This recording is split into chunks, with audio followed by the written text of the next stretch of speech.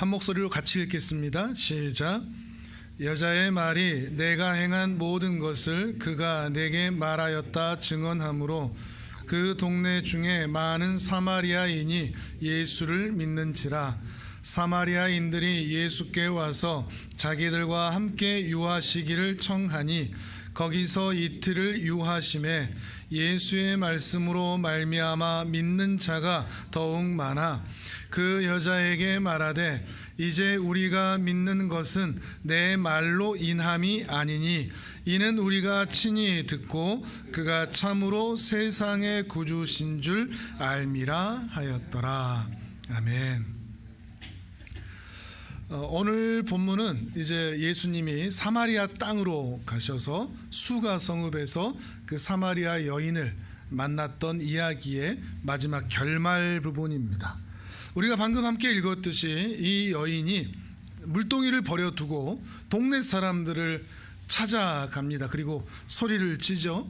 우물가에서 어떤 분을 내가 만났는데 그분이 나에 대해 다 알더라. 내 인생을 알고 내가 살아온 것도 알고 내가 어떻게 해왔는지도 다 아시더라. 그분 틀림없이 그리스도다, 메시아다, 와서 보라, 이렇게 얘기를 하는 거죠. 그 여인의 말을 듣고 동네 사람들이 이제 나와 봅니다. 그리고 대화를 나눠봅니다. 예수님이 유대인이라는 것을 분명히 알 텐데도 동네 사람들은 예수님과 대화를 하면서 하룻밤 더 머물러 주기를 원하고 예수님도 이틀을 더 유하시면서 사람들과 함께 지내십니다. 그리고 이틀 동안 예수님과 함께 지냈던 사람들의 입에서 이런 말이 나오죠. 자, 여인에게 한 이야기 같은데요. 41절, 42절 성경을 보시면서 다시 한번 읽어보겠습니다. 시작. 예수의 말씀으로 말미암아 믿는 자가 더욱 많아 그 여자에게 말하되 우리가 믿는 것은 내 말로 인함이 아니니 이는 우리가 친히 듣고 그가 참으로 세상의 구주신 줄 알미라 하였더라. 아멘. 여인에게 하는 말이죠. 당신 때문에 나와서 이 예수의 말을 듣기는 들었는데 우리가 직접 그의 말씀을 들어보니 이분은 정말 세상의 구원자, 세상의 구주, 메시아, 그리스도인 것이 분명하다. 나도 우리도 이분을 그리스도로 믿겠다. 이런 선언이 되는 것입니다. 여인으로 시작해서 동네 사람들이 이 예수님을 그리스도로 믿게 되었는데 예수님을 그리스도로 믿게 된 원인이 뭐죠? 이유가 뭡니까? 여인의 생전에 여인의 그 살아온 삶을 신비하게 알기 때문이 아니라 예수의 말씀을 듣고서 예수님이 어떤 분인지 알았기 때문입니다. 말씀을 듣고서 예수님이 어떤 분인지 알게 되었기 때문이라는 거죠. 지난 시간에도 그런 말씀을 드렸지만 종교를 갖고자 하는 사람들은 그 신앙의 출발이 대부분은 신적 개입입니다. 그걸 경험하고 싶은 거죠. 그러니까 문제를 해결해 주기를 바라는, 아무런 문제가 없고 아무런 질병도 없고 고달픈 것도 없는 사람들이 종교를 가지기는 좀 쉽지는 않습니다. 문제 해결, 소원 성취, 질병 치료, 고난 극복, 이런 것들을 기대하면서 종교를 갖기 시작하죠. 그리고 기도를 하기도 하고요. 그러면서 그 응답이 이루어지면 신에 대해서 믿기 시작하게 됩니다. 아, 정말 신은 있나 보다. 하나님이 계신가 보다. 그리고 그 기도 응답을 통해서 자기도 하나님의 응답을 받는 신령한 존재인가 보다. 기분이 좋은 거죠. 내 기도를 받아주는 걸 보니 신은 정말 있나 봐. 그러니까 신의 존재가 중요한 게 아니라 내가 말한 게 응답되었다는 것이 중요한 거죠. 자기 만족이 들어가는 겁니다. 그러면서 신앙을 갖는 경우도 많습니다. 이런 기적들을 통해서 말이죠.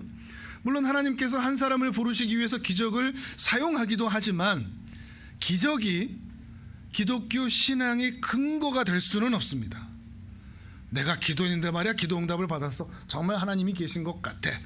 이것이 신앙의 근거가 돼버린다면, 출발점만 될 뿐만 아니라 아예 근거 자체가 돼버린다면, 그러한 기독교 신앙은 타 종교와 별 차이가 없게 됩니다. 그리고 어떤 기도 응답이 사라지면, 나타나지 않으면 더 이상 믿지 않게 되는 것이죠. 사마리아 여인도 처음에는 나를 안다 라는 것에서 시작을 했겠지만, 그 출발점은 그러한다고 할지라도 점차 대화를 통해서 예수님이 어떤 분인지 알게 되고 믿게 되었다 하는 것, 그 점진적으로 신앙이 생겨난 것에 대해서 우리가 기억할 필요가 있다는 것입니다. 이러한 의미에서 요한복음 4장은 이 요한복음 전체에서 큰 의미를 갖는데, 어떤 의미를 갖는가 하면 드디어 예수님을 진실로 믿기 시작한 사람들이 나타나기 시작했다, 이런 의미가 있습니다. 사도 요한이 요한복음을 기록하면서 단순히 시대적으로, 단순히 사건 중심으로 나열하고 열거하는 정도가 아니라 어떤 목적이 있었던 것 같습니다. 어떤 목적과 의도를 가지고 배열하며 기록하고 있다는 것이죠. 예를 들면 요한복음 1장에서는 세상에 빛이 오십니다. 생명이 오시죠. 그런데 그 빛을 증언할 증언자로 세례 요한이 등장합니다. 세례 요한이 필요하다는 것이죠. 그 빛을 증언하기 위해서. 그러니까 요한복음 2장으로 넘어가면 가나의 혼인잔치와 성전 정결 사건을 통해서 그 오신 분이 어떤 분인지를 드러내기 시작합니다. 그러니까 요한복음 3장으로 넘어가면 니고데모가 등장을 하면서 그 예수님의 행적을 통해 하나님이 보내신 분이라는 것을 어렴풋이 깨닫는 그런 마음으로 예수님을 찾아오죠. 그러다가 요한복음 4장에서는 드디어 예수님을 진실로 믿는 사람들이 나타나기 시작했다는 것입니다. 그런데 우리가 좀 중요하게 생각해 볼 게 뭔가 하면, 요한복음 2장에도 예수님을 믿었다라는 표현이 있습니다. 그런데 똑같이 믿었다는 단어를 쓰는데, 믿음이라는 단어를 쓰는데, 2장에서의 믿음과 4장에서 오늘 우리가 보는 이 믿음은 확연히 다른 믿음, 전혀 다른 믿음입니다. 자, 2장으로 한번 넘어가 볼까요? 성경을 앞으로 조금 넘기셔서요, 2장 23절에서 25절을 보겠습니다.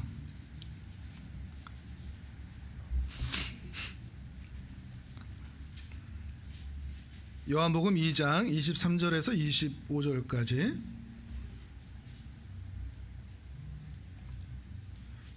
자, 찾으셨죠? 같이 읽겠습니다. 시작. 6월 전에 예수께서 예루살렘에 계시니 많은 사람이 그의 행하시는 표적을 보고 그의 이름을 믿었으나 예수는 그의 몸을 그들에게 의탁하지 아니하셨으니 이는 친히 모든 사람을 아심이요 또 사람에 대하여 누구의 증언도 받으실 필요가 없었으니 이는 그가 친히 사람의 속에 있는 것을 아셨음이니라. 아멘. 자, 예루살렘에서 예수님의 기적과 표적을 본 사람들이 예수님을 믿었다, 이런 표현이 있죠. 그런데 예수님은 자신을 의탁하지 않으셨다, 믿지 않으셨다라는 얘기입니다. 왜 믿지 않으셨느냐? 그들의 속을 알기 때문입니다. 믿음이라는 단어는 쓰고 있지만 그들의 속마음을 아시기 때문에 그들의 믿음은 그저 기적만 보고 예수를 따르는 믿음이었을 뿐이라는 거죠. 기적을 보고 쫓는 믿음일 뿐이라는 겁니다. 이러한 모습은 이제 앞으로도 계속 보게 될 텐데, 이제 다음 장에서 우리가 볼 텐데, 이제 드디어 사마리아를 지나 갈릴리로 도착합니다. 다시 4장으로 넘어가겠습니다. 4장 45절입니다. 4장 45절. 자, 같이 읽겠습니다. 시작. 갈릴리에 이르심에 갈릴리인들이 그를 영접하니 이는 자기들도 명절에 갔다가 예수께서 명절 중 예루살렘에서 하신 모든 일을 보았음이더라. 아멘. 자, 갈릴리 사람들이 예수님께 모여듭니다. 근데 왜 모여들죠? 예루살렘에서 행했던 예수의 기적을 봤기 때문에, 그러니까 사람들이 웅성웅성하면서 나 저 사람 봤어, 예루살렘에서 기적을 행하더라니까, 이렇게 말을 하면서 사람들이 그 주변을 모여들었다는 것이죠. 이런 사람들에게 예수님이 뭐라고 그러시느냐, 그 밑에 48절을 읽어보겠습니다. 48절 시작. 예수께서 이르시되 너희는 표적과 기사를 보지 못하면 도무지 믿지 아니하니라. 아멘. 아이고, 너희는 표적과 기사를 봐야만, 기도 응답을 받아야만, 소원 성취가 되어야만, 너희가 기도한 대로 원하는 대로 풀려야만, 그래야만 나를 믿는구나, 이런 말씀이 되는 것이죠. 사도 요한은 왜 이런 전개를 하고 있을까요? 이런 맥락을 통해서, 이런 흐름을 통해서 사도 요한은 뭘 말하고 싶은 걸까요?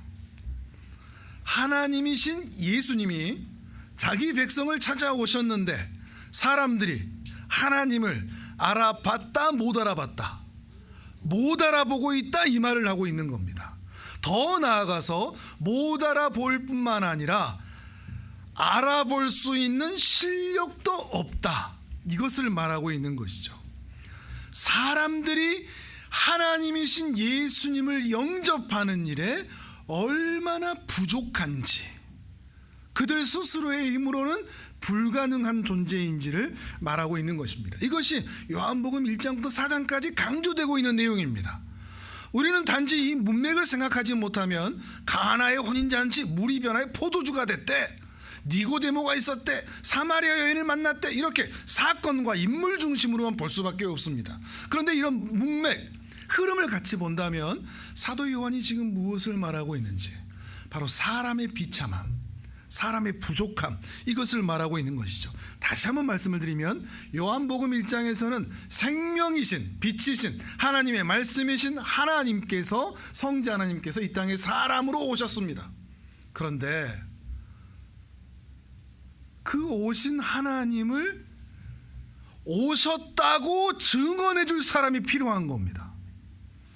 세례 요한이 갑자기 등장하는 게 아니죠. 왜 세례 요한이 필요하죠?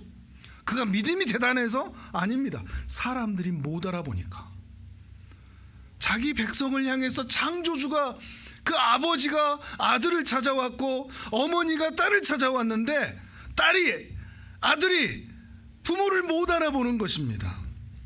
그래서 아버지다, 어머니다 증언해 줄 증인이 필요했던 것이죠.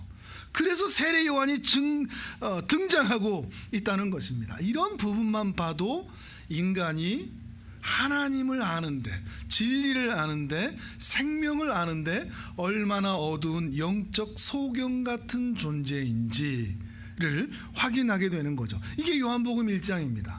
2장으로 넘어가면요, 물론 가나의 혼인잔치가 나옵니다. 근데 거기에 우리가 그때 중심적으로 다루진 않고 넘어갔지만 이 말이 나왔죠. 누구만 알더라, 누구만 알더라. 가나의 혼인잔치에서 물 떠온 하인들만 알더라. 이게 복선인 겁니다. 그 혼인잔치의 연회장도 모르고, 신랑도 모르고, 신부도 모르고, 하객도 모르고, 아무도 모릅니다. 그냥 물 떠온 하인들만 압니다. 그러면서 다들 기쁘고 즐겁습니다. 새로운 포도주가 와서 잔치의 흥이 더 올라갔는데 다들 행복하고 다들 즐겁습니다. 근데 왜 행복하지? 모르는 거죠. 왜 즐거운지를 모르는 겁니다.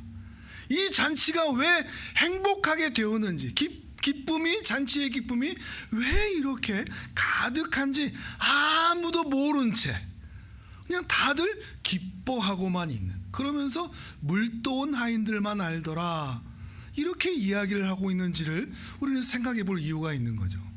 그러면서 성전 정결 사건을 통해서 하나님께서 이스라엘 백성들에게 성전을 본래 주셨던 의도에서 한참 벗어나 있는 이스라엘의 모습을 깨닫게 하시는 것이죠. 말씀에서 벗어나 있는, 율법에서 벗어나 있는, 더 나아가 하나님의 의도와 뜻에서 많이 멀어져 있는 사람들의, 특히 이스라엘의 모습, 특히 제사장들과 지도층들의 모습을 이렇게 드러내고 있는 것입니다. 그리고 나서 3장에서 유대인 중에 유대인, 유대의 최고 지식인, 유대 최고 지도자 니고데모가 등장하죠. 그 니고데모에게 뭐라 그러죠? 거듭나야 된다, 다시 태어나야 된다. 말씀드렸지만 이 말은 다시 태어나는 것, 거듭나는 것이 하나님 나라로 들어가는 방법으로 제시된 게 아니라 사람으로는 자기 힘으로 하나님 나라에 들어갈 수 있다 없다? 없다. 다시 태어나야 된다. 이 몸뚱이로는 더 이상 할 수 있는 방법이 없다. 예를 들면 제가 차가 이렇게 있다가 고장이 났습니다. 카센터에 들어갔습니다. 근데 그 카센터의 주인님이 이 차 못 고쳐요. 손을 댈 수가 없어요. 차 그냥 새로 사셔야 돼요. 이런 것 같은 거죠. 고쳐졌으면 좋겠는데 못 고치는 거죠. 이 인간이 그렇다는 겁니다. 이게 고쳐지면 우리 안에서도 어떤 희망이 있지 않을까 기대해 볼 수도 있을 텐데 우리는 못 고친답니다. 아예 새로 태어나야 된다는 것을 니고데모를 통해서 말씀하시는 거죠. 하물며 누구라도 유대인 중에 유대인, 니고데모와 같은 자라고 할지라도 하나님을 알아볼 능력이 없다, 하나님 나라에 들어갈 실력이 그에게는 없다 하는 것을 드러내고 있는 것입니다. 이러한 맥락이 이어지면서 4장으로 이제 넘어가는데, 이 4장으로 넘어가기 전에 3장 제후반부에 사건이 이어지면서 어떻게 보면 약간 뜬금없는 말씀이 중간에 딱 붙어 있습니다. 한번 보실까요? 3장 31절입니다.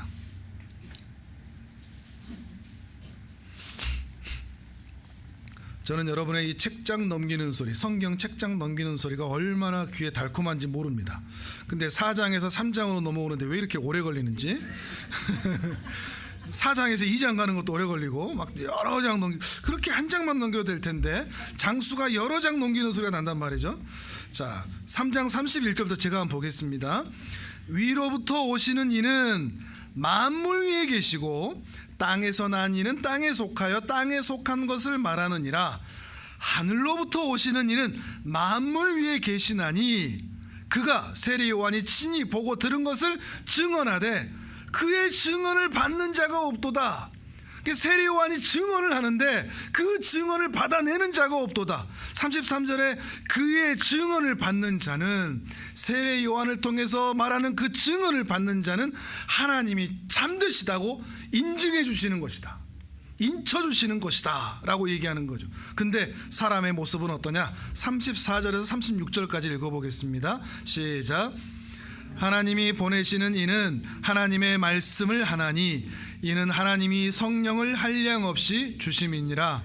아버지께서 아들을 사랑하사 만물을 다 그의 손에 주셨으니 아들을 믿는 자에게는 영생이 있고 아들에게 순종하지 아니하는 자는 영생을 보지 못하고 도리어 하나님의 진노가 그 위에 머물러 있느니라. 아멘.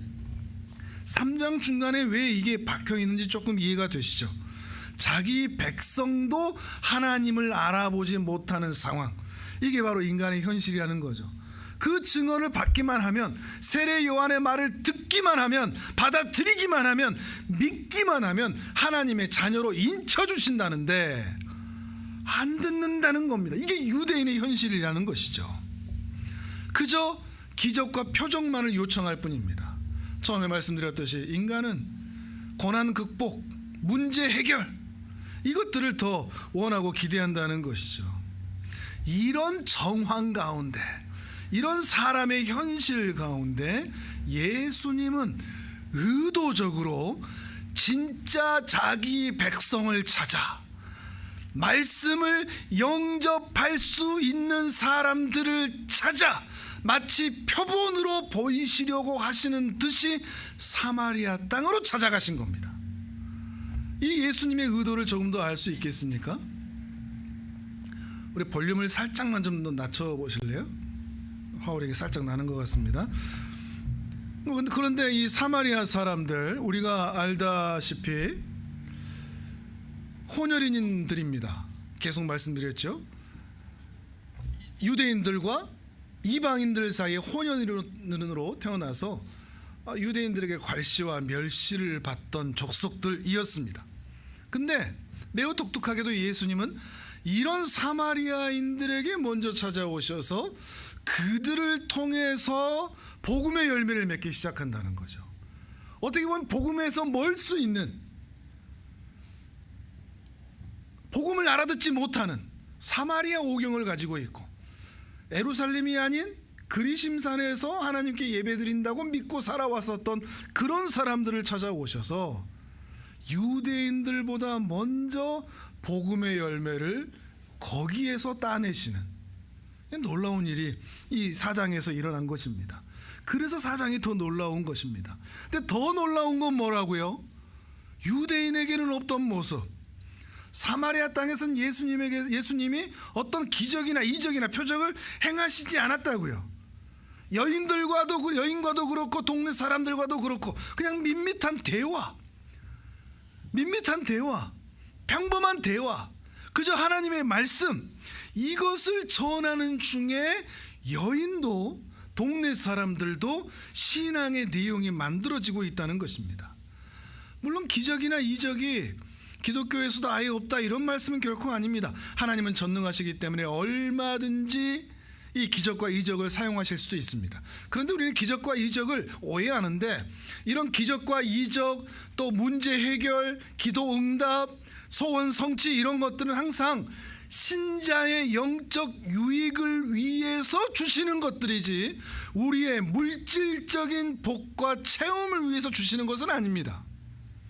그 모든 이적들이 우리 신자들의 유익을 위해서 주시는 것들이라는 겁니다. 그런데 우리는 이게 주가 아니고, 영적 유익이 주가 아니고 물질적인 채워짐이 항상 주가 되는 것이 문제인 것이죠.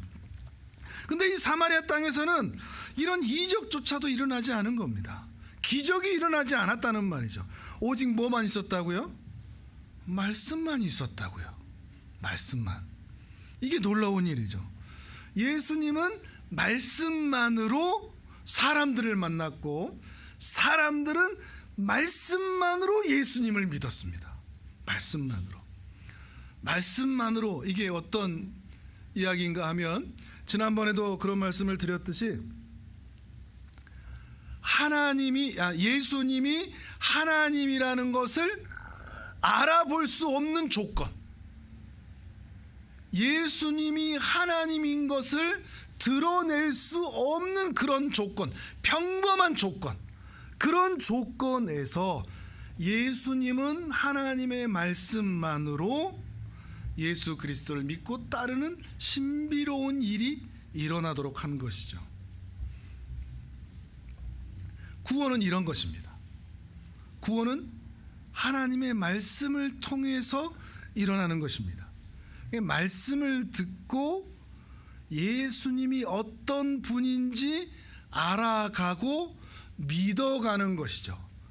어떤 기적이나 이적이나 기도응답이나 문제 해결이나 지금 내 앞을 가로막고 있는 그 문제 해결의 유무에 의하여 이제 내가 예수님 믿어드릴게요 이러는 것들이 아니라, 내가 이렇게 살아가고 있는데 이 형편을 뒤집어 주셔서 역전시켜 주시면 이제 제가 예수님 더 잘 믿을게요 라고 하는 믿음이 제대로 된 믿음이 아니라, 그러한 상황과 여건과 정황이 어떠하든지, 좋든지 아니 좋든지, 아프든지 즐겁든지 상관없이 그저 하나님의 말씀을 통하여 그 말씀만으로 예수 그리스도와 더욱 가까워지고 친밀해지는 것, 이것이 바로 구원이라는 것입니다.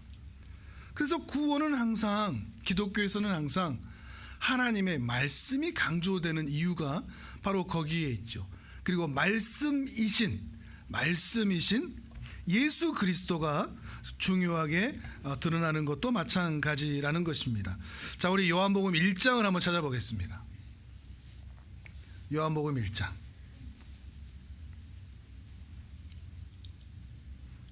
이것도 오래 걸리면 안 됩니다.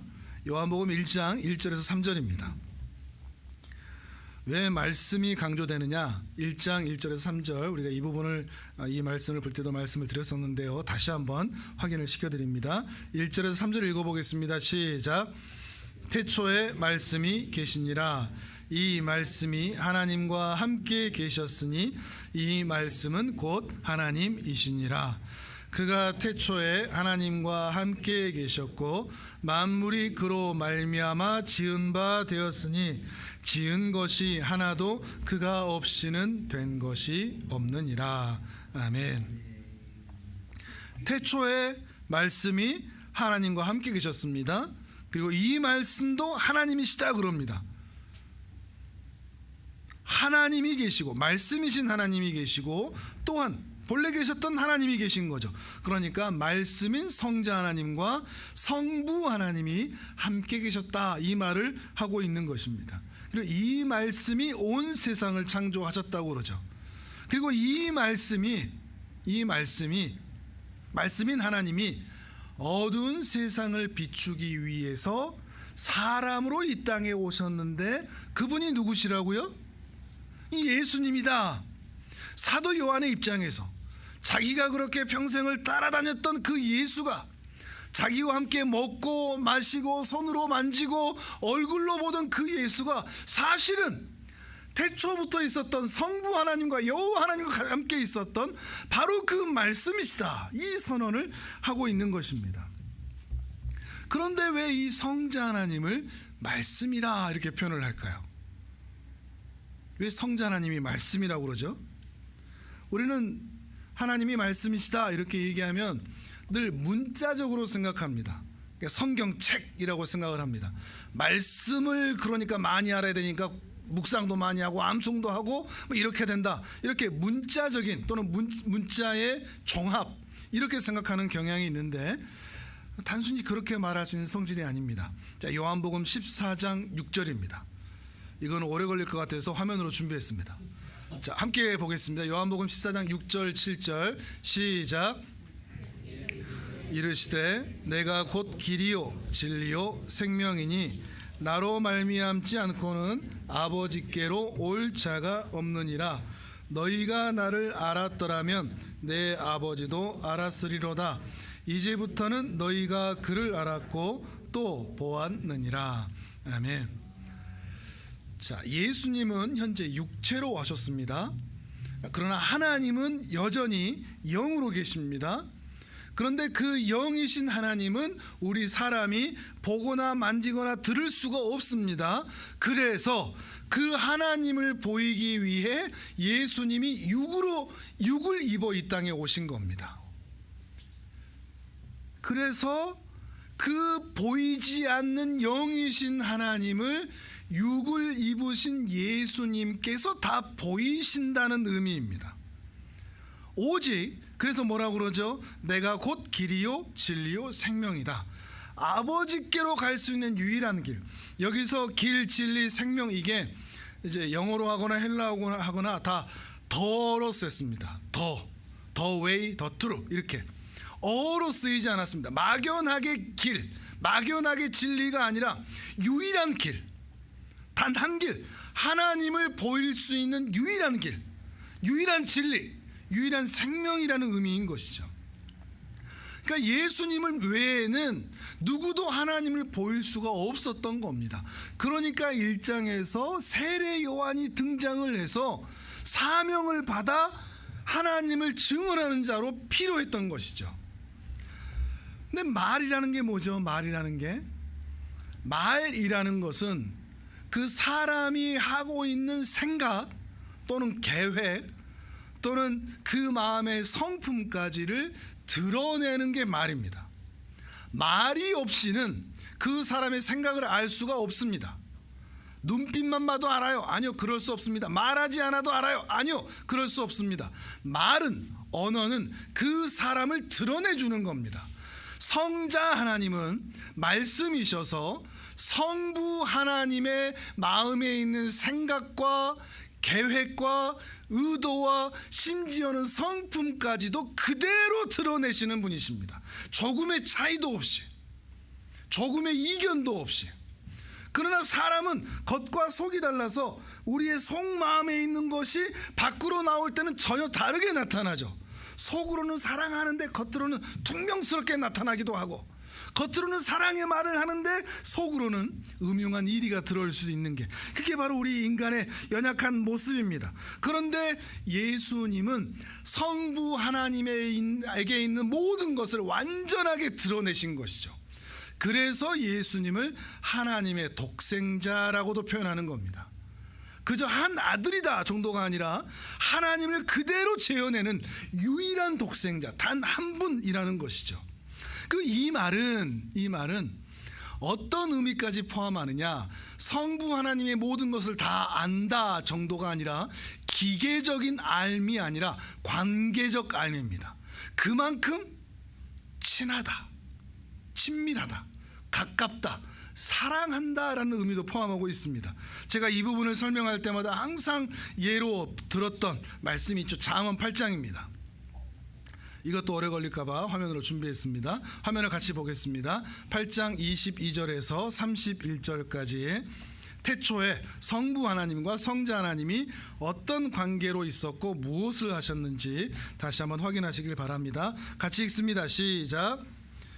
여호와께서 그 조화의 시작 곧 태초에 이르하시기 전에 나를 가지셨으며 만세 전부터 태초부터 땅이 생기기 전부터 내가 세움을 받았나니 아직 바다가 생기지 아니하였고 큰 샘들이 있기 전에 내가 이미 났으며 산이 세워지기 전에 언덕이 생기기 전에 내가 이미 났으니 하나님이 아직 땅도 들도 세상 진토의 근원도 짓지 아니하셨을 때에라.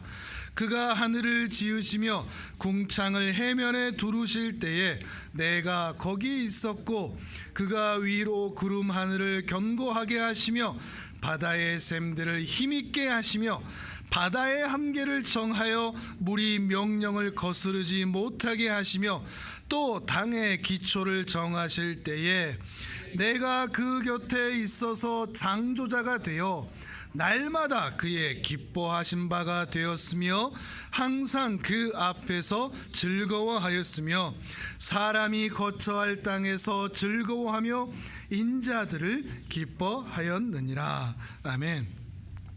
삼위 하나님의 관계를 우리는 여기서 볼 수가 있습니다. 어떻다고요? 그냥 기계적으로 아무 감정 없이 금 나와라 뚝딱 태양이 만들어지고 은 나와라 뚝딱 지구가 만들어지고 이러지 않았다는 겁니다.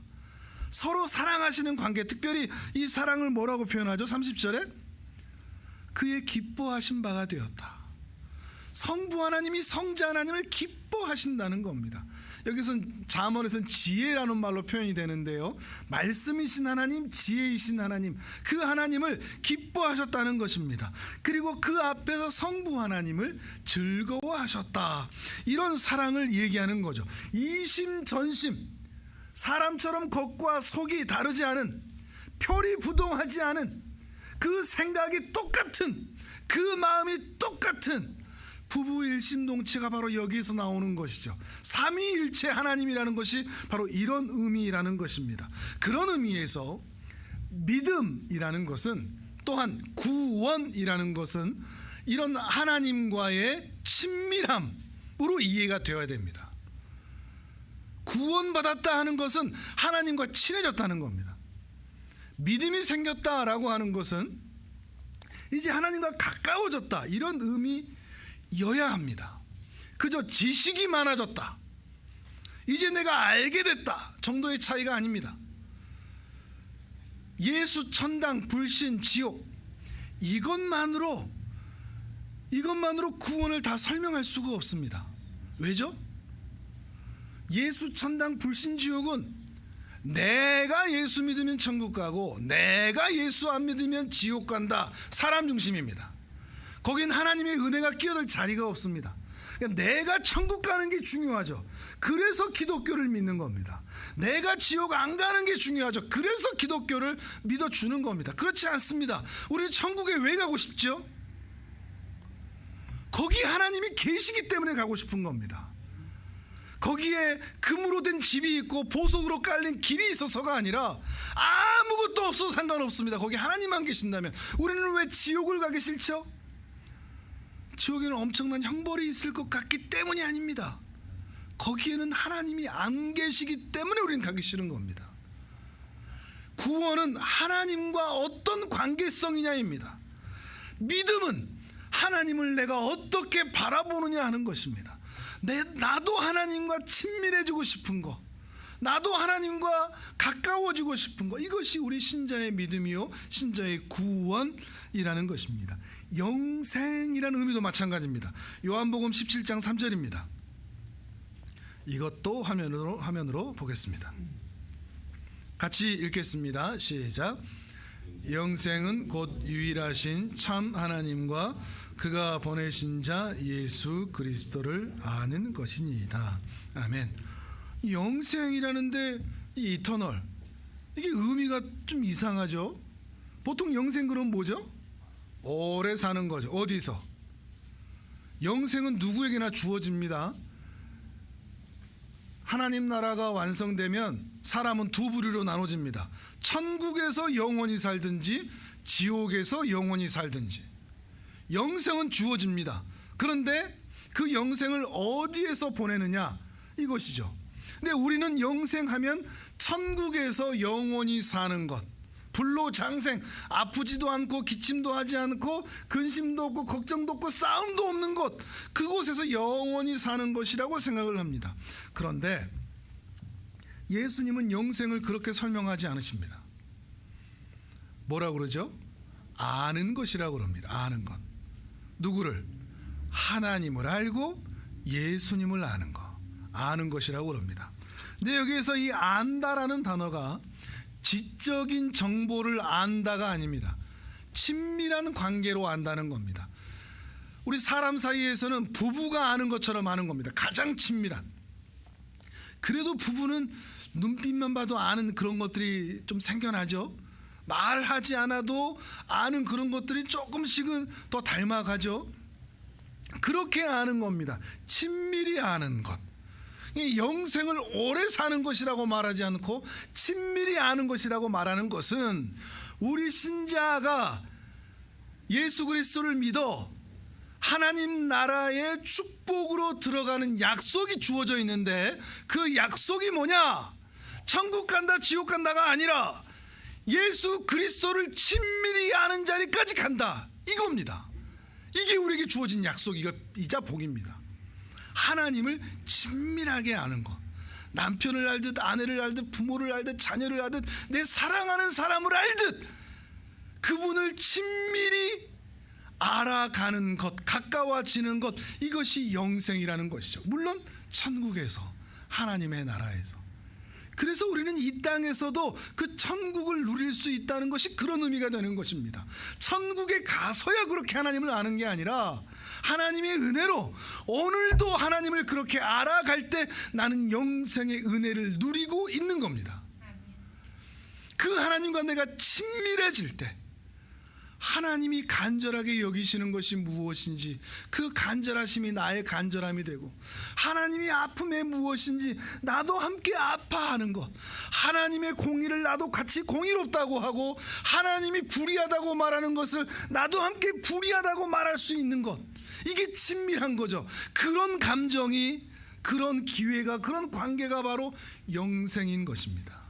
그래서 이 땅에서도 이미 영생을 우리는 누릴 수가 있게 되는 것이죠. 예수님과 우리는 떨어질 수가 없습니다. 예수님을 사도 바울은 뭐라고 표현하죠? 머리라고 표현합니다. 우리는 그의 몸이라고 표현하죠. 몸. 자, 머리와 몸이 떨어질 수 있습니까? 없습니까? 없습니다.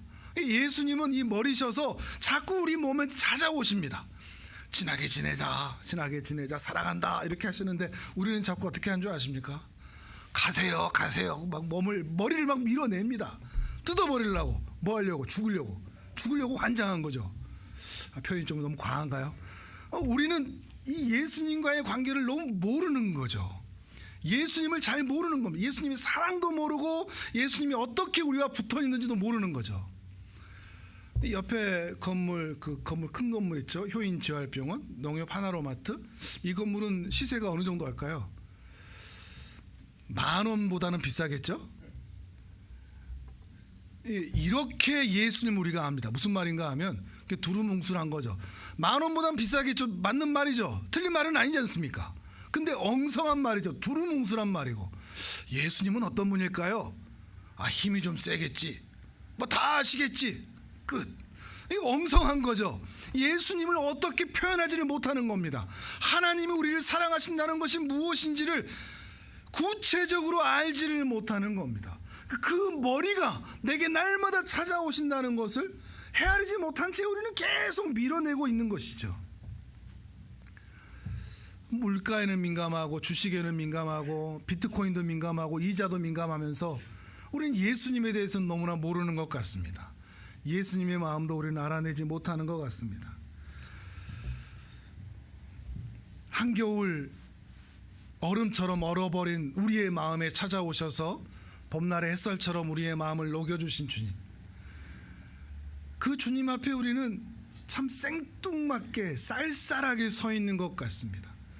예수님이 우리를 짝사랑하도록 만들어버리는, 우리는 그 예수님께 그다지 관심이 없는, 친구가 아파도 신경이 쓰이고 부모가 아프고 자녀가 아파도 내가 대신하고 아프고 싶은데 하나님의 마음이 나의 마음이 되지 못하고 하나님의 간절함이 나의 간절함이 되지는 못하는, 그런 마음을 누리지는 못하는, 그런 의미에서 우리 기독교인들이 진짜 의리가 없는 것 같습니다.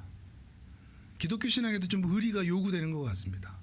하나님은 우리를 정말 사랑하셔서 사람이 되어 여기까지 찾아오셨는데 우리는 의리 없이 의리를 저버리고 내 살고 싶은 대로, 내 하고 싶은 대로 사는, 우리 좀 의리를 좀 지켰으면 좋겠습니다. 내년에는. 자, 저를 따라서 한번 해보실까요? 의리. 조금만 더 앞에 덧붙여서 예수님과의 의리. 이 의리를 지키시기를 바랍니다. 우리 사람이 의리를 지켜야죠. 은혜를 알아야죠. 나 같은 죄인을 구원하시고 날마다 우리에게 찾아오셔서 눈동자에도 넣어도 아프지 않을 만큼 우리를 지켜보시고 바라보시는 그 주님 앞에 우리 의리를 지켜야죠. 신앙에 있어서도 삶에 있어서도 주님 닮아가는 모습을 보여야 되지 않겠습니까? 이 시절 우리 신앙인들이 참 신앙을 지키기가 어려운 시절을 살아가고 있습니다. 갈수록 무신론자는 늘어나죠. 교회를 다니지 않겠다고 말하는 사람들, 선언하는 사람들이 늘어납니다. 신은 없다, 신은 죽었다라고 말하는 사람들이 늘어나죠.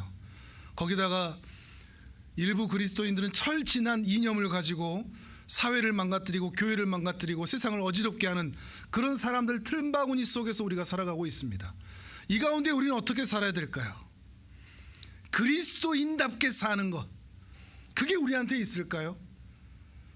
불의는 사랑하지 않고 원수를 사랑해야죠. 더럽고 추악한 것은 우리는 가까이 하지 않고 죄악들과 세상에 썩어질 것들, 우리를 망하게 할 것들은 가까이 하지 않고 하나님의 말씀을 가까이 하고 하나님의 말씀대로 세상에서 사랑을 보이는 것은 가까이 하면서 살아야 되지 않겠습니까? 그게 의리죠. 예배 그 자리를 사모하고 하나님의 말씀을 듣고 아는 것을 사모하는 것, 이것이 의리죠. 주님 부르시는 그날까지 신자로서 어떻게 살아야 할지를 분명한 답을 알고 그 말씀대로 살아내는 것, 이것이 우리가 가야 할 길이 아닐까 싶습니다. 우리 사랑하는 성도들이 주님을 더욱 깊이 알아 저 사마리아 땅까지 찾아오신 예수님, 2000년이나 지났는데도 천국문 닫지 않고 여전히 오실 기회를 열어놓으신 채 이 대한민국, 그것도 광주 땅, 이 작은 월산동, 농성동, 백운동, 또 어디 계십니까? 하여튼 그 동네까지 찾아오신 우리 주님 앞에 의리를 지키면서 끝까지 믿음으로 사시는 존귀한 하나님의 사람들 되시기를 주님의 이름으로 축복합니다. 아멘. 우리 이제 함께